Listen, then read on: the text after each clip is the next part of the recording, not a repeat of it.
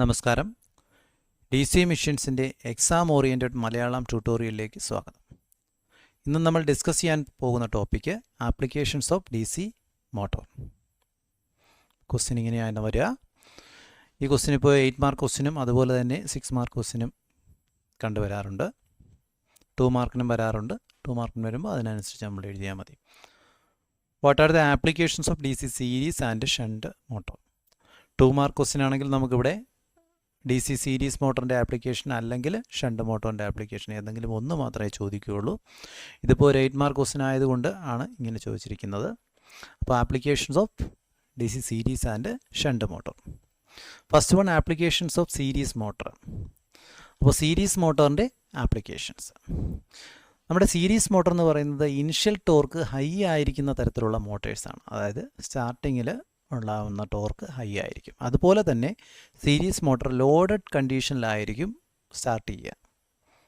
Okay, അപ്പോൾ ഈ രണ്ട് കണ്ടീഷൻ നമ്മൾ ആലോചിച്ചിട്ട് വേണം നമ്മളിതിൻ്റെ ആപ്ലിക്കേഷൻസ് എഴുതാൻ. ഫസ്റ്റ് വൺ ഇലക്ട്രിക് ട്രാക്ഷൻ, അതായത് നമ്മുടെ ട്രെയിനിലൊക്കെ നടക്കുന്ന പ്രോസസ്സ് അല്ലെങ്കിൽ ട്രെയിനിലുള്ള മോട്ടർ ഏതാണ്? സീരീസ് മോട്ടറാണ്. അപ്പോൾ എന്താണ് നമ്മുടെ റെയിൽവേ ട്രാക്കിലൂടെ ട്രെയിനിനെ മൂവ് ചെയ്യിച്ച് കൊണ്ടുപോകാൻ വേണ്ടി നമ്മൾ യൂസ് ചെയ്തിരിക്കുന്ന ഇലക്ട്രിക് മോട്ടർ എന്ന് പറയുന്നത് സീരീസ് മോട്ടറാണ്. ബിക്കോസ് അതിൻ്റെ ഇനിഷ്യൽ ടോർക്ക് ഹൈ ആയിരിക്കണം. അതുപോലെ തന്നെ എന്താണ് ലോഡഡ് കണ്ടീഷനിലാണ് അത് സ്റ്റാർട്ട് ചെയ്യുക. അങ്ങനെ ഓർത്ത് വെച്ചിരുന്നാൽ മതി. അടുത്തത് ഇലക്ട്രിക് ലോക്കോമോട്ടീവ്സ്. അപ്പോൾ എന്താണ് ഇലക്ട്രിക് ലോക്കോമോട്ടീവ്സ് എന്ന് വെച്ചാൽ നമ്മൾ ഇലക്ട്രിക് സംവിധാനത്തോട് അല്ലെങ്കിൽ മോട്ടർ യൂസ് ചെയ്തിട്ടുള്ള മൂവിങ് സിസ്റ്റം, അതിലേക്ക് നമ്മൾ യൂസ് ചെയ്യുന്നത് എന്താണ്?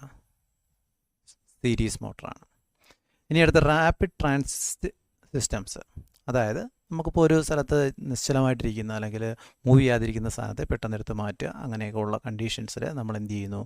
ഇപ്പോൾ ഇൻഡസ്ട്രിയൽ ഓട്ടോമേഷൻ പർപ്പസിലൊക്കെയോ നമ്മൾക്ക് ഹൈ വെയിറ്റുള്ള അല്ലെങ്കിൽ നല്ല ഭാരമുള്ള സാധനങ്ങളെ ഇനിഷ്യൽ ടോർക്ക് അത്യാവശ്യമായി വരുന്ന കണ്ടീഷൻസിൽ അല്ലെങ്കിൽ ഓർഡർ കണ്ടീഷനിലൂടെ മാത്രം മൂവ് ചെയ്യിക്കുന്ന കണ്ടീഷൻസിലൊക്കെ നമുക്കിത് വേണ്ടി വരും. അതാണ് റാപ്പിഡ് ട്രാൻസിറ്റ് സിസ്റ്റംസ്.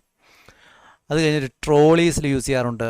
കാർസ്, ഇപ്പോൾ കാർസ് എന്ന് മാത്രം കാർസ് എക്സെട്ര എന്നാണ് കൊടുത്തിരിക്കുന്നത്. അപ്പോൾ നമുക്കെന്താ കാർസ് എന്ന് പറയുന്നത് മാത്രമല്ല, നമുക്കറിയാം ഇലക്ട്രിക് ഓട്ടോസ് ഉണ്ട്, നമുക്കിപ്പോൾ ഇലക്ട്രിക് ബൈക്സ് ഉണ്ട്. അപ്പോൾ അങ്ങനെയുള്ള കാര്യങ്ങളൊക്കെ നമുക്കിവിടെ എഴുതാൻ പറ്റും. അത് കഴിഞ്ഞിട്ട് ക്രെയിനിൽ നമുക്കറിയാം ഒരു എന്താണ് ഭാരമുള്ള വസ്തുവിനെ മൂവ് ചെയ്യിക്കാൻ വേണ്ടി അല്ലെങ്കിൽ പുള്ള് ചെയ്യാൻ വേണ്ടി യൂസ് ചെയ്യുന്നൊരു സംവിധാനമാണ്. ഇവിടെയും നമുക്ക് എന്താണ് ഡി സി സീരീസ് മോട്ടറാണ് കാര്യം. അവിടെയും ഇനിഷ്യൽ ടോർക്ക് നമുക്ക് മസ്റ്റാണ്. ഇനി അടുത്തത് കൺവേഴ്സ് എന്ന് പറഞ്ഞു കഴിഞ്ഞാൽ നമ്മുടെ എന്താണ് എയർപോർട്ടിലൊക്കെ കാണുന്ന സംവിധാനം, അതായത് ലഗേജ് പുള്ളപ്പ് ചെയ്യാൻ വേണ്ടി കാണുന്ന സംവിധാനം. അല്ലെന്നുണ്ടെങ്കിൽ നമുക്ക് സ്റ്റെപ്പ്, ഇപ്പോൾ ഓട്ടോമാറ്റിക്കായിട്ട് നമ്മൾ മൂവ് ചെയ്യിക്കുന്ന സ്റ്റെപ്സ്, ഇതൊക്കെ എന്താണ് കൺവേഴ്സിൻ്റെ ആ ഒരു ഭാഗത്തിൽ വരുന്നതാണ്. ഇവിടെ നമ്മുടെ ഡി സി സീരീസ് മോട്ടറാണ് യൂസ് ചെയ്യുക. അപ്പോൾ ആപ്ലിക്കേഷൻ ഓർത്ത് വയ്ക്കുക.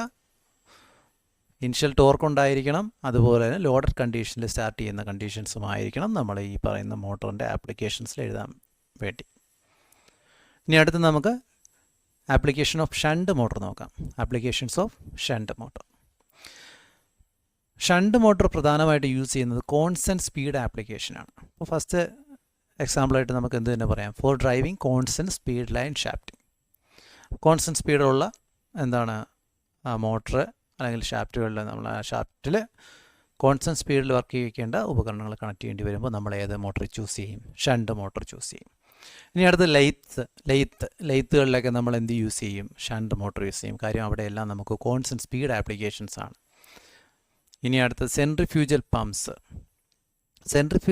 എന്ന് പറഞ്ഞു കഴിഞ്ഞാൽ നമ്മൾ സെൻട്രിഫ്യൂജൽ ഫോഴ്സ് യൂസ് ചെയ്തുകൊണ്ട് വർക്ക് ചെയ്യുന്ന പമ്പ്സ്. ഇതിൻ്റെ ഫിഗർ നമുക്ക് കാണിച്ചു തരാം. സെൻട്രിഫ്യൂജൽ പമ്പ്സിൻ്റെ ഇതാണ് സെൻട്രിഫ്യൂജൽ പമ്പ്സ്. ഇത് ഉണ്ടാകുന്ന സെൻട്രിഫ്യൂജൽ ആക്ഷൻ്റെ ഫലമായിട്ട് ഈ ഇൻലെറ്റ്, ഇതുവഴി കയറുന്ന ഇൻലെറ്റ് ഔട്ട്ലെറ്റ് ഇതുവഴി അങ്ങ് പോകും. ആ ഒരു മൂവ്മെൻറ്റിൻ്റെ കൂടെ ഇൻലെറ്റിൽ നിന്ന് ഔട്ട്ലെറ്റ് പോകും. ഈ ഒരു പ്രോസസ്സ് അല്ലെങ്കിൽ ഈ ഒരു മോഡൽ പമ്പിംഗ് സിസ്റ്റത്തെയാണ് നമ്മൾ സെൻട്രിഫ്യൂജൽ പമ്പ്സ് എന്ന് പറയുക. ഓക്കെ, ഇനി അടുത്തത് മെഷീൻ ടൂൾസ് എന്ന് പറയുമ്പോൾ നമുക്കറിയാം നമ്മൾ പലതരത്തിലുള്ള machines D C motor use ചെയ്തിട്ട് വർക്ക് ചെയ്യുന്നുണ്ട്. അപ്പോൾ അങ്ങനെയുള്ള മെഷീൻ ടൂൾസ് ഇപ്പോൾ എന്താണ് നമുക്കൊരു ഡ്രില്ലിംഗ് മെഷീനാകാം, അല്ലെങ്കിൽ ഒരു കട്ടിംഗ് മെഷീനാകാം. അതുപോലുള്ള ആപ്ലിക്കേഷനിലൊക്കെ നമ്മൾ എന്ത് യൂസ് ചെയ്യുന്നു?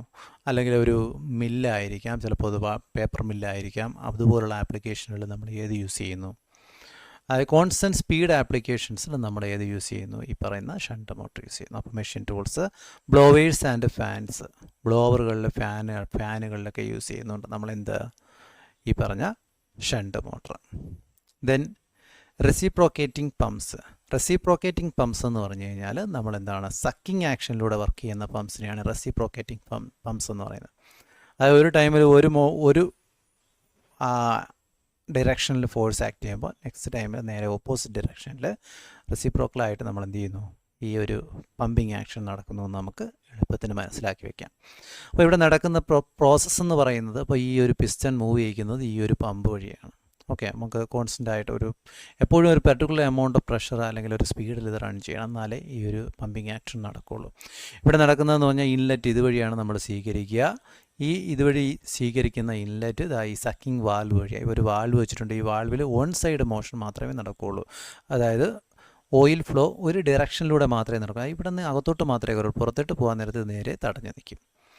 അപ്പോൾ ആ ഒരു മോഡലാണ്. അപ്പോൾ ഇത് ആദ്യം എന്ത് ചെയ്യുന്നു, ഇവിടെ നിന്ന് വാട്ടർ ഈ പിസ്റ്റൺ ബാക്കിലോട്ട് മാറുന്ന സമയത്ത് എന്ത് ചെയ്യുന്നു, ഇവിടെ നിന്നുള്ള ഇൻലെറ്റ് ലിക്വിഡ് ഇൻലെറ്റ് അകത്തോട്ട് സ്വീകരിക്കുന്നു. അതിനുശേഷം കറങ്ങി തിരിച്ചു വരുന്ന സമയത്ത് ഈ പിസ്റ്റൺ അകത്തോട്ട് പിന്നെയും വരും. അപ്പോൾ ഹൈ പ്രഷർ റീജിയൻ ഇവിടെ ക്രിയേറ്റ് ചെയ്യും. ആ സമയത്ത് ഇത് ഇങ്ങോട്ട് പോകത്തില്ല, കാര്യം ഇവിടെ വാൽവ് അടഞ്ഞിരിക്കുകയാണ്. നേരെ മുകളിലൂടെ പോയി നമുക്ക് വേണ്ടുന്ന ഡെലിവറി പൈപ്പിൽ എത്തിച്ചേരും. അപ്പോൾ ഈ ഒരു മോഡൽ പൈപ്പാണ് എന്താണ്, റെസിപ്രോക്കേറ്റിംഗ് പൈപ്പ്സ്. ഇത്രയും കാര്യങ്ങളെങ്കിലും നമ്മൾ എക്സാമ്പിളായിട്ട് എഴുതണം. അപ്പോൾ എക്സാമ്പിളായിട്ട് എഴുതുമ്പോൾ നമ്മൾ അറിഞ്ഞിരിക്കേണ്ട കാര്യം ഇത്രയേ ഉള്ളൂ, രണ്ടിൻ്റെയും ആ ഒരു ബിഹേവിയർ നമ്മൾ അറിഞ്ഞിരിക്കണം. സീരീസ് മോട്ടറിൻ്റെ ബിഹേവിയർ എന്ന് വെച്ചാൽ ലോഡഡ് കണ്ടീഷനിൽ സ്റ്റാർട്ട് ചെയ്യണം, ഹൈ സ്റ്റാർട്ടിംഗ് ടോർക്ക് ഉള്ളൊരു മെഷീൻ കൂടിയാണ്. ഷണ്ട് മോട്ടറിൻ്റെ പ്രത്യേകത എന്ന് പറയുന്നത് കോൺസ്റ്റൻറ്റ് സ്പീഡ് മോട്ടറാണ്. സോ കോൺസ്റ്റൻറ്റ് സ്പീഡ് ആപ്ലിക്കേഷൻസിലാണ് നമ്മളിവിടെ യൂസ് ചെയ്യുക. അത് നമുക്ക് സീറോ ലോഡഡ് കണ്ടീഷനിൽ നമുക്ക് സ്റ്റാർട്ട് ചെയ്യാൻ പറ്റും. ഓക്കെ, അപ്പം നിങ്ങൾക്ക് ഈ വീഡിയോ മനസ്സിലായി കാണുമെന്ന് വിശ്വസിക്കുന്നു. എന്തെങ്കിലും ഡൗട്ട്സ് ഉള്ളവർ കമൻറ്റ് രൂപത്തിലിട്ടേക്കുക. Thank you.